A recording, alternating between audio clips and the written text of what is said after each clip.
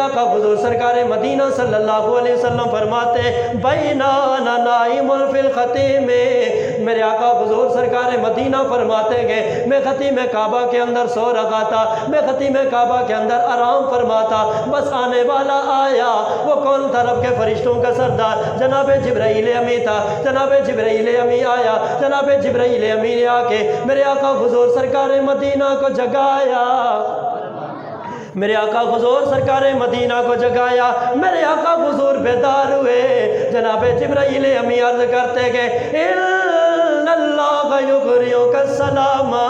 وہو یدعوک الیک، اور رب کے سونے محبوب میں رب کے فرشتوں کا سردار جبرائیل امی کو رب ذوالجلال نے سلام بھی بھیجا ہے، اور رب العالمین نے پیغام بھی سنایا ہے، اے رب کے محبوب آج رب العالمین تمہیں عرشوں پہ اپنی بارگاہ میں بلا رکھا ہے۔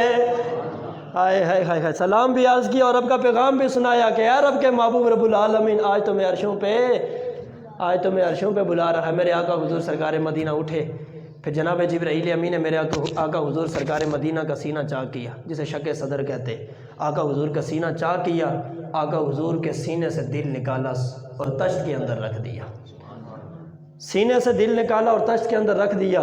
آقا حضور خود فرماتا ہے پھر میرے دل کو جناب جبرائیل امی نے آب زمزم سے دھویا، میرے دل کو آب زمزم سے دھویا۔ آقا ادھر ہے دل ادھر ہے، دل کا کنیکشن آقا حضور سے ختم ہو چکا ہے، اور ایک عام انسان کا مسئلہ یہ ہے کہ جسم سے دل نکل جائے، دل بھی مر جاتا ہے، جسم بھی مر جاتا ہے، دل بھی بیکار ہو جاتا ہے، جسم بھی، مگر آقا حضور سرکار مدینہ کے سینے سے دل نکلا، وہ تشت کے اندر رکھا، وہ تھال کے اندر رکھا ہوا ہے۔ آقا حضور فرما رہے میں سارا منظر دیکھ رہا تھا، میرے سامنے جناب جبرائیل امی نے میرے دل کو آب زمزم سے دھویا ہے۔ پتہ چلا عام انسان اور ہوتا ہے، اللہ کا نبی اور ہوتا ہے۔ عام انسان وہ ہوتا ہے جو دل کے ساتھ زندہ رہتا ہے، اور عام انسان کا دل وہ ہوتا ہے جو انسان کے وجود میں رہتے ہوئے اس کا جسم کے ساتھ کنیکشن ہو تو زندہ ہوتا ہے، کنیکشن ٹوٹ جائے دل بھی بیکار ہو جاتا ہے، جسم بھی بیکار ہو جاتا ہے۔ اور اللہ کا نبی وہ ہوتا ہے جسم سے دل نکل جائے اور دل بھی زندہ رہتا ہے، جسم بھی زندہ رہتا ہے، دل بھی زندہ رہتا ہے اور جسم بھی۔ یہ اللہ کے نبی کی شان ہے، یہ اللہ کے نبی کا مقام ہے۔ آقا حضور فرماتے میرے دل کو دھویا، پھر واپس اپنے مقام پہ رکھا، واپس اپنے مقام پہ رکھ کے پھر ایمان اور حکمت کا بھرا ہوا تھال جبرائیل امی لائے تھے، میرے سینے کے اندر انڈھیلا اور پھر میرے سینے کو واپس اسی طرح جوڑ دیا گیا۔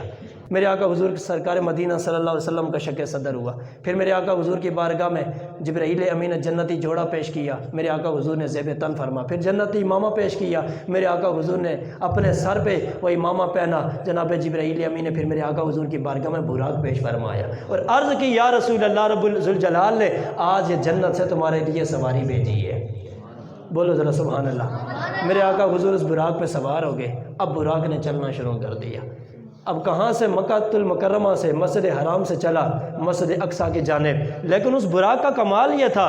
مکہ سے مسجد اقصیٰ کی طرف جا رہے، شام کی طرف جا رہے کہ اب سارا راستہ پلین نہیں ہے، کہیں پہ جگہ ڈاؤن ہے، کہیں پہ اپ ہے، کہیں پہ اترائی آ رہی ہے، کہیں پہ چڑھائی آتی ہے، لیکن قدرت کا کرشمہ یہ ہے اس براق کے اندر کمال یہ ہے جہاں پہ اترائی آتی ہے، زمین کے اندر اترائی آتی ہے، اس براق کے اگلے قدم لمبے ہو جاتے ہیں، اور جہاں پہ چڑھائی آتی ہے اس براق کے پچھلے قدم لمبے ہو جاتے ہیں،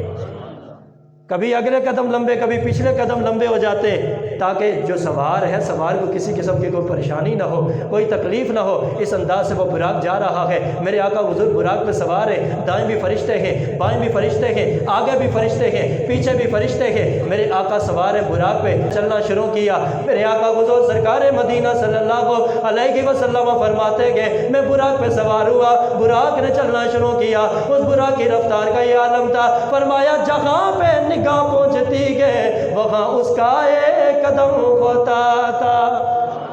جہاں پہ نگاہ پہنچتی ہے وہاں اس براق کا،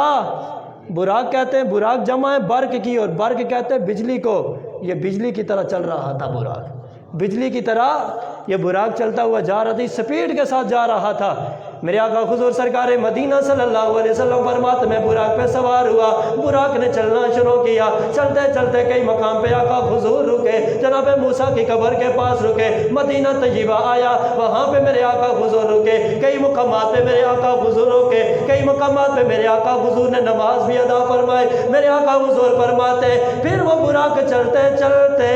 جب مسجد اقصیٰ کے قریب پہنچا، مسجد اقصیٰ کے باہر پہنچا، آقا حضور سرکار مدینہ اس براق سے نیچے اترے، جناب جبرائیل امین نے سواری کو باندھا، اس براق کو باندھا، میرے آقا مسجد اقصیٰ کے اندر تشریف لے کے اوے لوگوں میرے آقا حضور سرکار مدینہ نے مسجد اقصیٰ کے اندر قدم رکھا، 1.25 لاکھ انبیاء اور رسول میرے آقا حضور کا استقبال فرما رہے گے۔ آئے ہے 1.25 لاکھ انبیاء اور رسول میرے آقا حضور کی آمد کے منتظر گئے۔ جو ہی میرے آقا حضور مسجد اقصیٰ کے اندر داخل ہوئے، 1.25 لاکھ انبیاء اور رسول نے میرے آقا حضور کا استقبال فرمایا۔ میرے آقا آگے گئے، میرے آقا آگے گئے، ادھر جناب جبرائیل امی آئے، جبرائیل امی نے آ کر اذان پڑھی، پھر جناب جبرائیل امی نے اقامت پڑھی، سارے نبی منتظر گئے۔ آج 1.25 لاکھ نبیوں کو نماز پڑھانے کی بات ہے، آج 1.25 لاکھ نبیوں کا امام کون بنتا ہے؟ گاج کے بولو ذرا سبحان اللہ۔ 1.25 لاکھ نبی منتظر گئے، 1.25 لاکھ نبی آج من دیکھ رہے گئے، آج 1.25 لاکھ نبیوں کا امام کون بنتا ہے؟ مصلی امامت پہ کون کھڑا ہوتا ہے؟ میرے آقا حضور سرکار مدینہ فرماتے گئے، جناب جبرائیل امی آگے بڑھے، مجھے ہاتھ سے پکڑا، مجھے ہاتھ سے پکڑ کر جناب جبرائیل امی نے مصلی امامت پہ کھڑا کر دیا۔ میرے آقا فرماتے ہیں جناب جبرائیل امی نے مجھے مصلی امامت پہ کھڑا کر دیا، میں مصلی امامت پہ کھڑا، 1.25 لاکھ نبی مقتدی بن کے پیچھے کھڑے تھے۔ آقا حضور مصلی امامت پہ 1.25 لاکھ نبی مقتدی بن کے پیچھے کھڑے ہیں۔ نام نبیوں کے بے شک بڑے ہیں، عظمتوں کے نگین جڑے گئے، نام نبیوں کے بے شک بڑے ہیں، عظمتوں کے نگین جڑے ہیں، مقتدی بن کے پیچھے کھڑے ہیں، وہ جو پہلے سے ہے۔ میرے آقا حضور مصلی امامت پہ 1.25 لاکھ انبیاء اور رسول پیچھے مقتدی بن کے کھڑے ہیں۔ میرے آقا حضور سرکار مدینہ صلی اللہ علیہ وسلم فرماتے کہ میں نے 1.25 لاکھ انبیاء اور رسول کی امامت کا شرف حاصل کیا، 1.25 لاکھ انبیاء اور رسول کو نماز پڑھائی۔ جب نماز مکمل ہو گئی، سارے نبیوں نے باری باری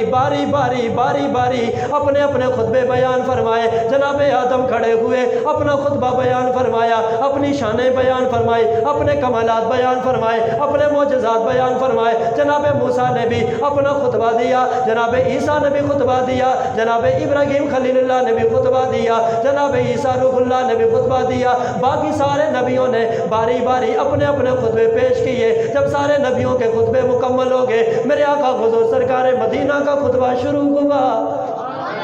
میرے آقا حضور سرکار مدینہ صلی اللہ علیہ وسلم نے اپنا خطبہ شروع فرمایا، الحمدللہ الذی ارسلنی رحمۃ للعالمین وکافۃ للناس بشیرا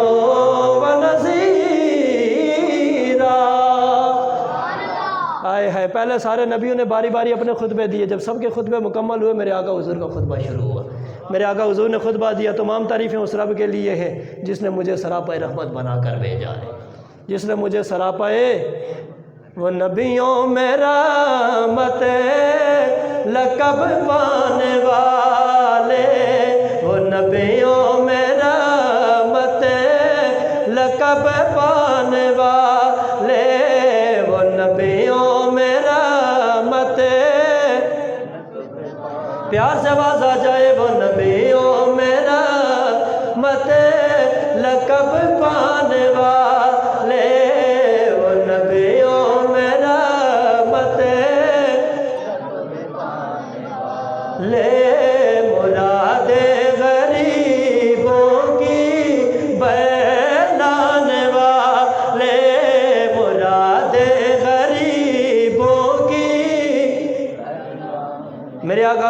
سرکار مدینہ نے خطبہ دیا، تمام تعریفیں اس رب کے لیے گئے جس نے مجھے رحمت للعالمین بنایا، جس نے مجھے بشیر بھی بنایا، جس نے مجھے نذیر بھی بنایا، جس رب نے مجھے یہ شان عطا فرمائے، مجھے جو کتاب دی وہ کتاب ساری کتابوں کی سردار ہے، مجھے جو امت عطا فرمائی وہ امت ساری امتوں کی سردار ہے۔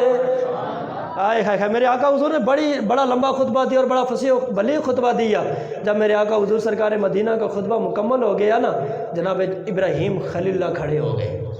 جناب ابراہیم خلیل اللہ کھڑے ہوئے اور سارے نبیوں کو مخاطب کر کے فرماتے ہو نبیوں، تم نے بھی اپنی اپنی شانیں بیان فرمائی ہے، تم نے بھی اپنے اپنے کمالات بیان فرمائے، تم نے بھی اپنے اپنے معجزات بیان فرمائے، لیکن نبیوں ہم نے امام الانبیاء کا خطبہ بھی سنا ہے، رب کے محبوب کا بھی خطبہ سنا ہے، محمد مصطفیٰ کا خطبہ بھی، ان کی شانیں بھی، ان کی عظمتیں بھی، ان کے کمال بھی سنے گے، لہٰذا اب سن لو، لہٰذا فضلکم محمدا۔ اور نبیوں تم سارے شان والے ہو، سارے کمال والے ہو، سارے عظمت والے ہو، سارے کے سارے سونے ہو، لیکن سارے نبیوں میں سے اگر افضل اور اعلیٰ ہے تو وہ محمد مصطفیٰ کی ذات ہے۔